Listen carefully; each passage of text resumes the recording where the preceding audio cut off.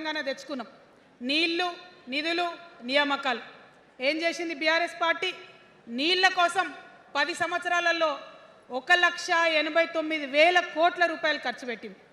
1,89,000 కోట్ల రూపాయలు ఖర్చు పెట్టి ఎన్ని ఎకరాలకు నీళ్ళు ఇచ్చిందంటే 14 లక్షల ఎకరాలకు నీళ్ళు ఇచ్చింది. అందులో 2 పెద్ద ప్రాజెక్టులు, ఒకటి పాలమూరు, ఇంకోటి కాళేశ్వరం. ఆ రెండిటికి కలిపి 1,21,000 రూపాయలు ఖర్చు పెట్టింది. ఎన్నిటికి నీళ్ళు ఇచ్చిరాయా? ఎన్ని ఎకరాలకంటే 1,00,000 ఎకరాలకు నీళ్ళు ఇచ్చింది. ఈ మాట బాధతో చెప్తున్నా. నేను కూడా బీఆర్ఎస్ అప్పుడున్న టీఆర్ఎస్కి నేను కూడా నా రక్తాన్ని, నా చెమటని, నా సమయాన్ని కుటుంబంతో పిల్లలతో గడపాల్సిన టైంలో టీఆర్ఎస్ పార్టీ బలోపేతానికి పనిచేసిన వ్యక్తినే నేను కూడా. ఆనాటి కేసీఆర్ వేరు, ఇప్పటి కేసీఆర్ వేరు.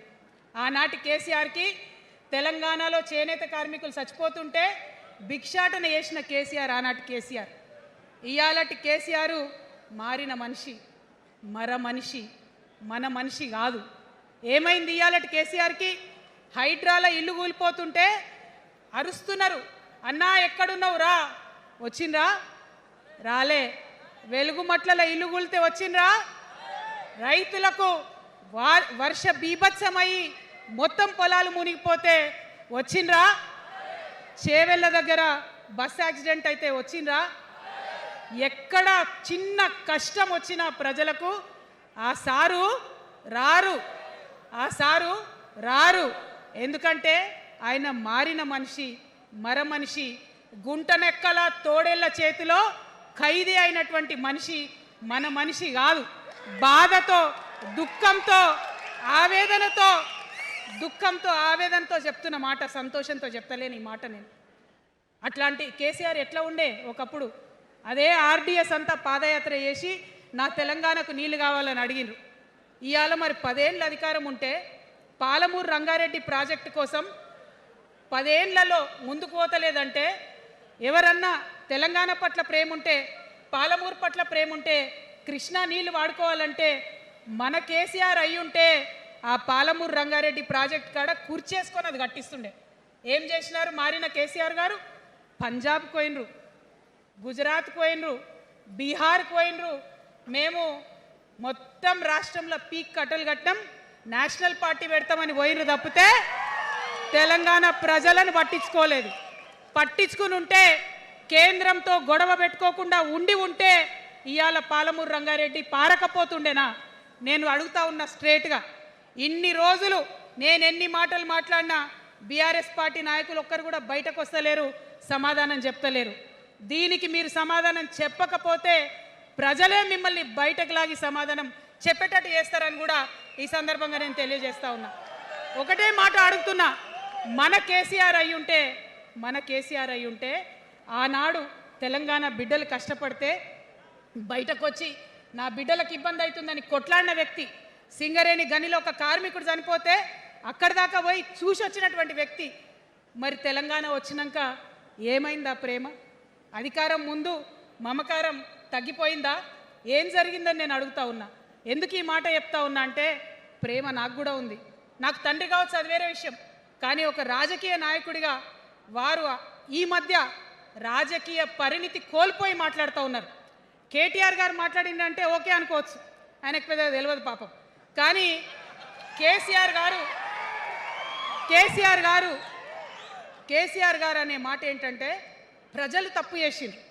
ఓకే, ఒక సెకండ్ నేను ఒప్పుకొని దాన్ని, ఒక సెకండ్ అనుకుందాం. ప్రజలు తప్పు చేస్తే నేను ఒక తల్లిగా అడుగుతున్నా. నేను నా కొడుకో మాట చెప్తా, వాడు వినలేదనుకో, కింద పడ్డాడు అనుకో, ఇడిచిపెడతానా? దగ్గర తీసుకొని మంది అనా? ఓకే, ప్రజలు తప్పు చేసిర్రు అనుకోండి, మీకు అధికారం ఇవ్వలేదు అనుకోండి, ఒక కర్కోటకుడి పాలన నడుస్తుంది అలా తెలంగాణలో. ఇబ్బంది పడుతున్నారు ప్రజలు, గోసపడుతున్నారు, ఏడుస్తున్నారు. ఇండ్లు అన్నీ ఉండి ఇండ్లు గూలగొడుతుంటే, అర్ధరాత్రి ఇంటి మీదకి వచ్చి ఇండ్లు గూలగొడుతుంటే ఆదుకోవాల్సిన అమ్మలాంటి మన పాత కేసీఆర్ ఏడి? ఎక్కడున్నాడు? ఇది మనం అడగాల్సింది. అందుకోసమే నేను ఈ నిర్ణయం తీసుకున్నది. నన్ను పార్టీలోంచి బయటకేస్తే నేను వెంటనే పార్టీ పెట్టలే. ఆనాడు కూడా చెప్పిన, నేను ఆలోచన చేస్తున్నా, మారతారేమో అని చూసిన, పదే వేచి చూసిన. ఇవాళ నన్ను పార్టీలోకి వెళ్ళి సస్పెండ్ చేసి 10 నెలలైంది. నాకు నిజంగా మంచిగానే అయింది. ఎందుకు తెలుసా? ఆనాడు ఉద్యమకారులను ఇబ్బంది పెడుతుంటే నేను ఇంకా గట్టిగా మాట్లాడలేదు. ఆనాడు మీకు జరిగింది, ఇవాళ నాకు జరిగింది. కొత్త ఏం లేదు. కేసీఆర్ కోసం, టీఆర్ఎస్ పార్టీ కోసం, ఆనాడు తెలంగాణ ఉద్యమం కోసం ఇండ్లు అమ్ముకొని, భూములు అమ్ముకొని, ప్రతి ఊర్లో టీఆర్ఎస్ కండువా వేసుకొని పోరాటం చేసినటువంటి కార్యకర్తలు ఎక్కడున్నారు ఇవాళ? ఒక్క గుళ్ళ మెంబర్ ఇయర్ రాలేదా? ఒక్క గుడి చైర్మన్ ఇయర్ రాలేదా? తెలంగాణను వ్యతిరేకించి ఉద్యమాన్ని తొక్కిపట్టి మన మీద లాఠీలు పెట్టి కొట్టినటువంటి వాళ్ళకి తీసుకొచ్చి ఎమ్మెల్యే సీట్లు ఇచ్చి వాళ్ళ అనుచరులు వచ్చి మిడతల దండలాగా మన కార్యకర్తల మీద పడితే తల్లి కోడి కాపాడుకున్నట్టు పిల్లల్ని కాపాడుకోవాల్సిన మన కేసీఆర్ ఏడబోయింది. వచ్చిందా ఎవరికన్నా పదవులు? ప్రతి సంవత్సరం రాష్ట్రం మొత్తంలో పోస్టులు నింపితే 6,000 పైచీలకు నామినేటెడ్ పోస్టులు వస్తాయి తెలుసా? అంటే 10 ఏళ్ళ 2 ఏళ్ళకోసారి నామినేటెడ్ పోస్టులు వేసిన ఒక 30,000 మందికి దాదాపుగా ఏదో ఒక గౌరవం. ఏం కావాలి మనకు ఉద్యమకారులకు చెప్పండి? ఏం కావాలి? కండువా వేసుకొని పిచ్చోళ్ళ లెక్క తిరిగినందుకు, మన ఇంటోళ్ళని ఇడిచిపెట్టి తిరిగినందుకు ఇంత మర్యాద కావాలి. మా సార్ నన్ను గుర్తుపట్టిండా, మా పార్టీ నన్ను గుర్తుపట్టింది, నాకేదో చిన్న పదవి ఇచ్చిరని చెప్పుకుంటే ఒక మర్యాద ఉంటుంది. వచ్చిందా మనకు ఆ మర్యాద? ఎక్కడన్నా వచ్చిందా?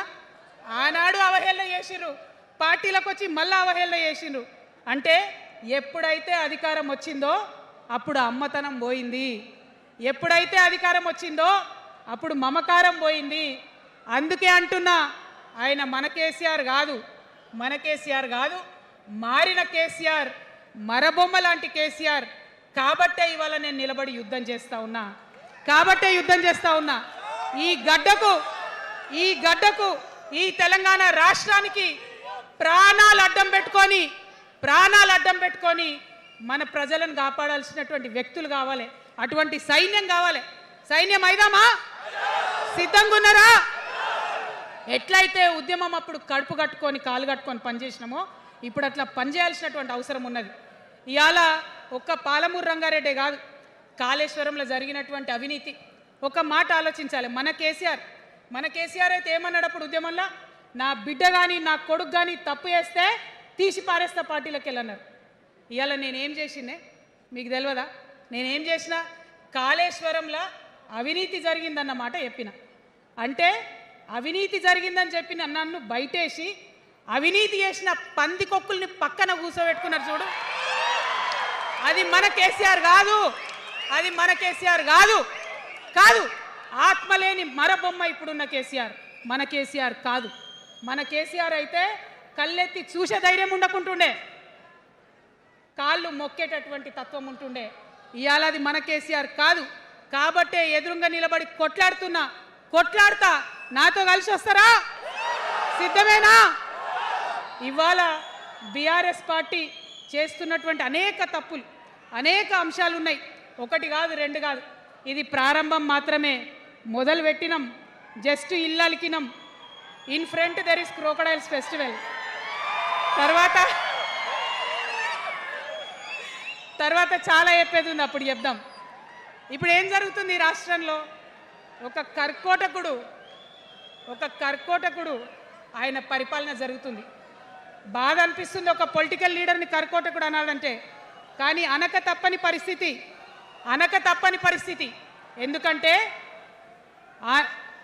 ఎందుకంటే మొన్న ఖమ్మంలో వెలుగుమట్లలో అన్ని పర్మిషన్స్ ఉన్నాయి, అన్ని కాయిదాలు ఉన్నాయి. అర్ధరాత్రి పోయి ఇల్లు కూలగొడితే ఒక నిండు గర్భిణి టెన్షన్తోని అబార్షన్ అయిపోతే ఆ తండ్రి ఏడ్చిన ఏడ్పులు, ఆ తండ్రి రోదన ఇంకా కూడా ఈ చెవులకు వినబడుతుంది. కాబట్టి ఇప్పుడున్న సీఎంని కర్కోటకుడనే అంట, హిట్లర్ అనే అంట. 2 నెలల చిన్న పాప పసికందు కుమ్మెర గ్రామంలో చచ్చిపోతే ఇప్పటి వరకు కూడా కేసు పెడతలేరు. హోంమంత్రి కూడా ముఖ్యమంత్రే, ఆయనకు తీరిక లేదు పాపం. చిన్న పసికందు చచ్చిపోతే ఇప్పటి వరకు కేసు పెడతలేరు. అందుకే అంటున్నా, కర్కోటకుడైనటువంటి సీఎం పరిపాలనలో ఉన్నాం. ఖచ్చితంగా కొట్లాడాల్సిందే.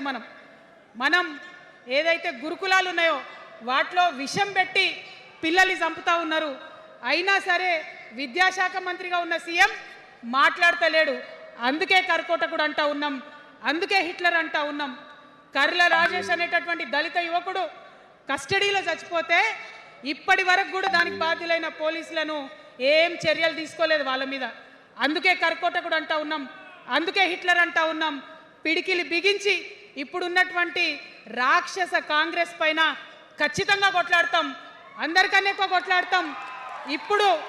ఇప్పుడు మనమే ప్రధాన ప్రతిపక్షం అవుతాం, 2 ఏళ్ల తర్వాత మనమే అధికార పక్షం అవుతాం. ఖచ్చితంగా అధికారంలోకి వస్తాం. ఎందుకోసం వస్తాం అంటే నేను ఒక మాట చెప్పాలి మీకు, అందరినీ మనం మాటలు అంటున్నాం కదా, we are opposing everybody, we are criticizing everybody, but what is the solution? Don't oppose without propose అని కాన్షీరామ్ గారు చెప్పారు, నేను చెప్పలే. డోంట్ అపోజ్ వితౌట్ ప్రపోజ్ అని. సో నేను కొన్ని ప్రపోజల్స్ తెలంగాణ ప్రజల ముందు పెట్టాలనుకుంటున్నా. నేను ఈ 3 పార్టీలు అధర్మంతో నిండిపోయినాయి, అవినీతితో నిండిపోయినాయి, బంధుప్రీతితో నిండిపోయినాయి, కుటుంబ అవినీతి పరిపాలనతో నిండిపోయినాయి. కాబట్టి నేను ఒక ప్రపోజల్ చెప్తున్నా. ఈ 3 పార్టీల మీద ఆనాడు భగవంతుడు శ్రీకృష్ణుడు చెప్పినట్టు పాంచజన్యం, ఆయన శంఖం పేరు, యుద్ధంకి ముందు పాంచజన్యం ఎట్లయితే పూరిస్తారో మనం కూడా పాంచజన్యం పూరిద్దాం. ఒక 5 అంశాలను ప్రధానంగా తీసుకుందాం. ఆ 5 అంశాల కోసం ఇప్పుడు కొట్లాడదాం, రేపు ప్రభుత్వంలోకి వచ్చిన తర్వాత మన ప్రజలకు ఇద్దాం. ఏం అంశాలు అవి? మొట్టమొదటిది విద్య. ఇవాళ గవర్నమెంట్ స్కూల్స్ అంటే ఆనాడు కేసీఆర్ గారు స్కూల్ బంద్ చేసుకుంటూ వచ్చారు, అదే రేవంత్ రెడ్డి గారు కొనసాగిస్తున్నారు. ఎక్కడా కూడా ప్రభుత్వ పాఠశాలలలో వసతులు లేవు, వాష్రూమ్ ఉండదు, వాచ్మెన్ ఉండడు, అటెండర్ ఉండడు, పిల్లలే పోయి బెల్లు కొట్టుకోవాలి, పిల్లలే పోయి బాత్రూమ్లు కడుక్కోవాలి, మంచినీళ్ళు ఉండవు, భయంకరమైన పరిస్థితి ఉంది.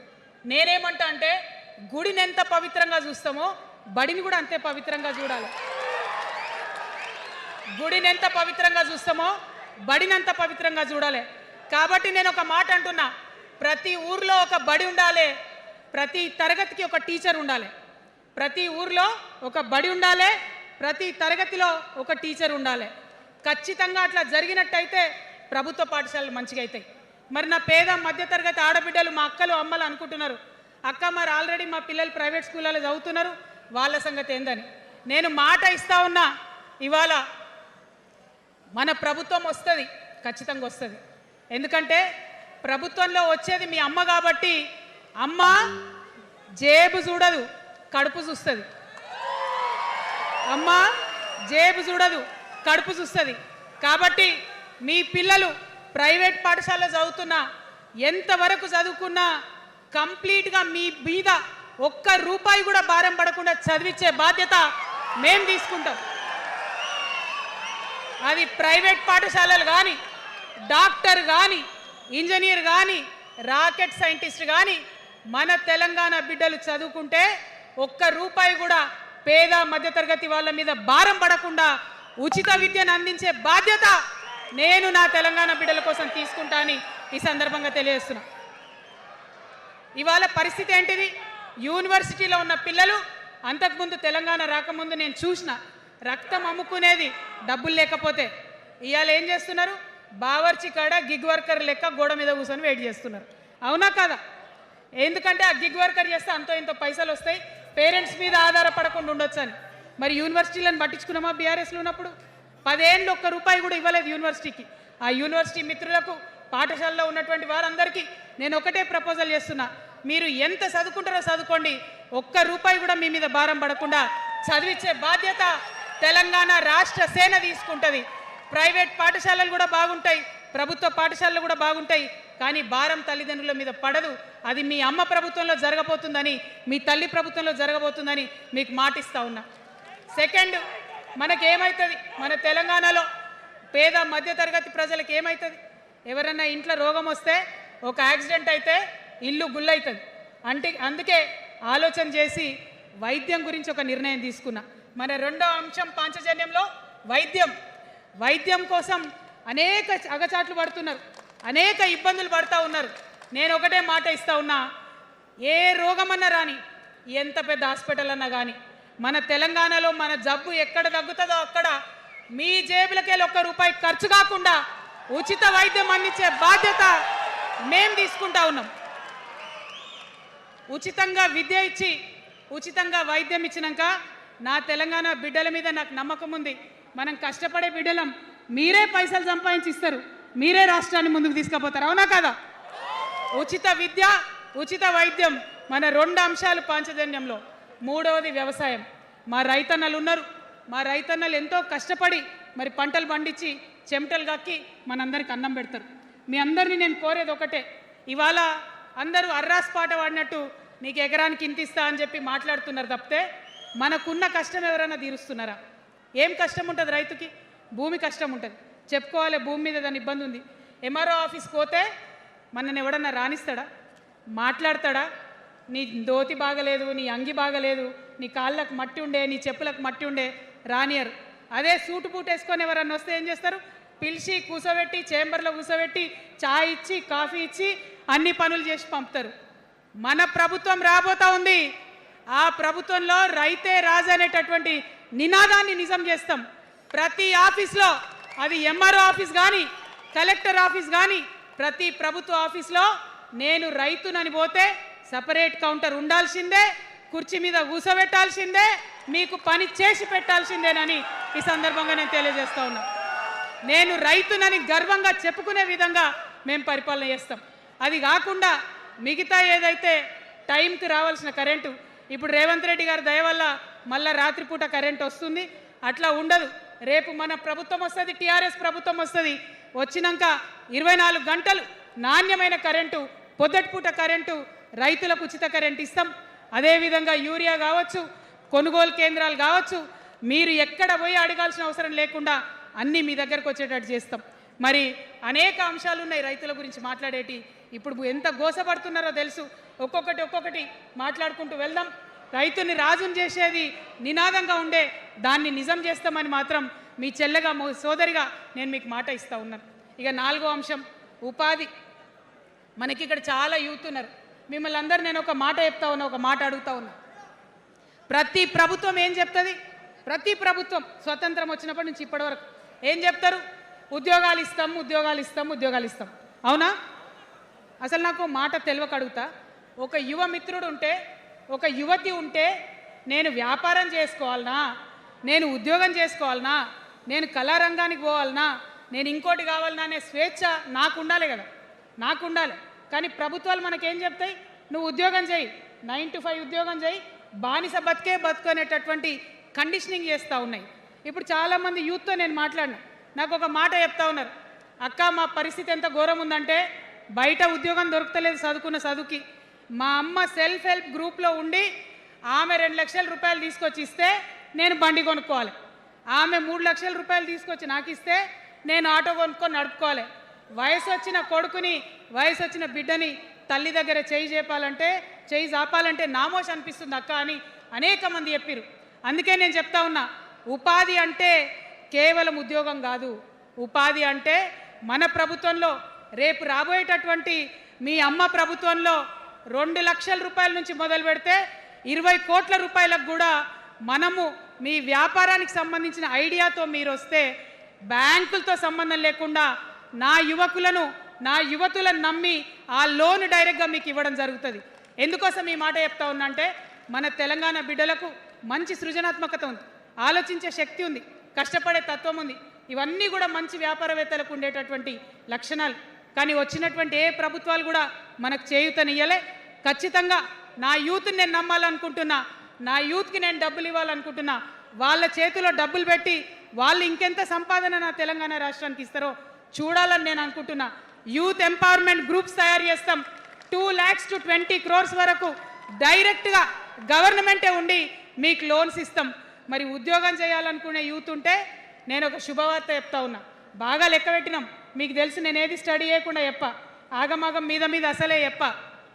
నేను స్టడీ చేసిన దానికి ఏంటంటే, ఎవరైతే ఉద్యోగం చేయాలనే యూత్ ఉంటారో వాళ్ళకి మొదటి సంవత్సరమే మన గవర్నమెంట్ వచ్చినాక 4 లక్షల ఉద్యోగాలు ఒక్కటేసారి సింగిల్ నోటిఫికేషన్తోని ఇచ్చి తీర్థం. ఇది నా మాట, ఇది నా మాట. నేను మళ్ళీ మీకు ఎందుకు చెప్తా ఉన్నా ఈ మాట అంటే, నేను తల్లిని, నేను జేబు చూడా, ఎంత ఖర్చు అవుతుంది, ఎంత జీతం అవుతుంది చూడా, నా కొడుకు కడుపులో ఉన్న బాధను, వాడి ఆత్మగౌరవాన్ని నా బిడ్డ బాధను, ఆమె చదువుకున్న చదువుకి రావాల్సిన ఉద్యోగాన్ని దాన్నే చూస్తా కాబట్టి మొదటి సంవత్సరమే 4 లక్షల ఉద్యోగాలు ఇస్తాం. మరి మన ఉద్యమకారులు ఇంతమంది వాళ్ళ వయసుని, వాళ్ళ యవ్వనాన్ని, వాళ్ళు సంపాదించుకునేటటువంటి మొత్తం వయసును కూడా ఉద్యమానికి దారపోసింది కాబట్టి నేను ఉద్యమకారుల కోసం ప్రత్యేకించి జూన్ 2, 2014 వరకు కట్ ఆఫ్ డేట్ పెట్టుకొని ఆనాటి ఉద్యమకారులకి 1,00,000 ఉద్యోగాలు, సూపర్ న్యూమరరీ జాబ్స్ క్రియేట్ చేయబోతా ఉన్నామని కూడా ఈ సందర్భంగా తెలియజేస్తున్నా. అంటే ఇవన్నీ తెలంగాణ ఉద్యమంలో, తెలంగాణ రాష్ట్ర సాధనలో మీరు చేసిన ప్రయత్నానికి, మీ రుణం తీర్చుకోవడానికి నేను చేస్తున్న ఈ ప్రయత్నం అని చెప్పి ఈ సందర్భంగా తెలియజేస్తా ఉన్నా. మరిగా మన పాంచజన్యంలో 5వ అంశం, ఆఖరి అంశం, అతి ముఖ్యమైనటువంటి అంశం సామాజిక న్యాయం. సామాజిక న్యాయ తెలంగాణ సాధించాల్సిందే. మన ఎస్సీ మిత్రులకు, ఎస్టీ మిత్రులకు, అగ్రవర్ణాల్లో ఉన్నటువంటి పేదవారికి, బీసీలకు అందరికీ న్యాయం జరగాలి. మా మైనారిటీ సోదరులు, మా ముస్లిమ్స్ కావచ్చు, క్రిస్టియన్స్ కావచ్చు, సిక్కులు కావచ్చు, అందరికీ కూడా న్యాయం జరగాలి. మరి బీఆర్ఎస్లో మనం చూసినాం, ముస్లిమ్స్ కోసం थोड़ी देर उर्दू में बात करके, आपसे मीठी मीठी बातें बोल के, सोपत करके देखो सोना घिसके देखो बोले. आप 2 बार सोपत कर लिए, तालीम का एक छोटा सा रोशनी आपको दिखाए, लेकिन रोजगार आपसे दूर रखे. जो 12% रिजर्वेशन का बात हुआ था उसके ऊपर कुछ भी अमलावरी नहीं हुआ. और जो माइनॉरिटी फाइनेंस कॉरपोरेशन का पहले लोन मिलते थे, 10 साल के बीआरएस में कितने लोन मिले, अब 2 साल के कांग्रेस में कितने लोन मिले, आप एक बार देख लो. सारे लोग बस बातें ही बोल रहे हैं लेकिन काम कोई नहीं कर रहा है. आपकी बेटी हूँ मैं, ये धरती का कर्ज उतारने के लिए नया पॉलिटिकल पार्टी आपके सामने लेके आई हूँ. आपसे मैं गुजारिश करती हूँ, मेरे साथ चलिए. जो बदलाव आपके ज़िंदगी में आएगा ज़रूर आपको बदलाव दिखेगा. पहले जैसा नहीं होगा. बिल्कुल अलग सा एक स्ट्रैटेजी बना रहे हैं, अलग से आपके रेस्पेक्ट के लिए हमारी सोच है. हम मिलेंगे, बात करेंगे. మరి అందరికన్నా ఎక్కువ మా ఆడబిడ్డలంటే నాకు ప్రాణం. మా ఆడబిడ్డల కోసం ప్రత్యేకంగా నేను ఒకటే మాట చెప్తున్నా, మనం ఎక్కడ ఉన్నా, ఏ వయసులో ఉన్నా మనకు భయం అవుతుంటుంది ఎక్కడికన్నా పోవాలంటే. మన భద్రత మీద మనకు ఆలోచన ఉంటుంది, ఖచ్చితంగా ప్రధానమైన అంశంగా తీసుకుంటాం. అదేవిధంగా ఇప్పుడు చదువుకుంటున్నటువంటి ఆడపిల్లలు, వారి ఉద్యోగాల మీద ప్రయారిటీగా తీసుకుంటాం. వారి వ్యాపారవేత్తలుగా తీర్చిదిద్దడానికి ఖచ్చితంగా ప్రయత్నం చేస్తాం. ఇప్పుడు సెల్ఫ్ హెల్ప్ గ్రూప్స్లో ఏదైతే వడ్డీ లేని రుణాలు ఇస్తున్నారో అట్లా కాకుండా ప్రాపర్గా గ్రాంట్స్ ఇచ్చేటట్టుగా ప్రయత్నం చేస్తాం.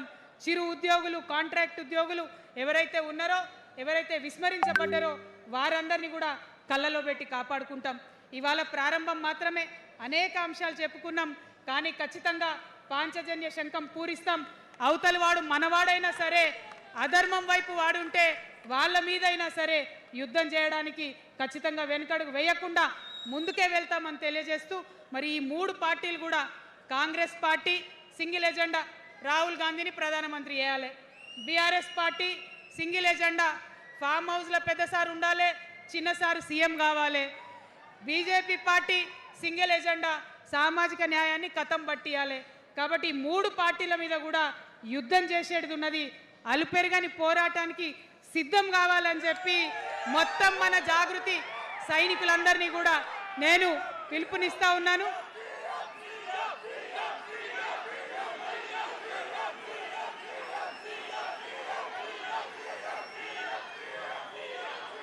Thank you. జై తెలంగాణ, జై తెలంగాణ. జోహార్ తెలంగాణ విద్యార్థి అమరవీరులకు, జోహార్ తెలంగాణ విద్యార్థి అమరవీరులకు, జోహార్ తెలంగాణ అమరవీరులకు. జై తెలంగాణ, జై టిఆర్ఎస్, జై టిఆర్ఎస్, జై టిఆర్ఎస్. టిఆర్ఎస్ అంటే జిందాబాద్ అనాలి. TRS, TRS, TRS. జై తెలంగాణ, జై తెలంగాణ, జై తెలంగాణ.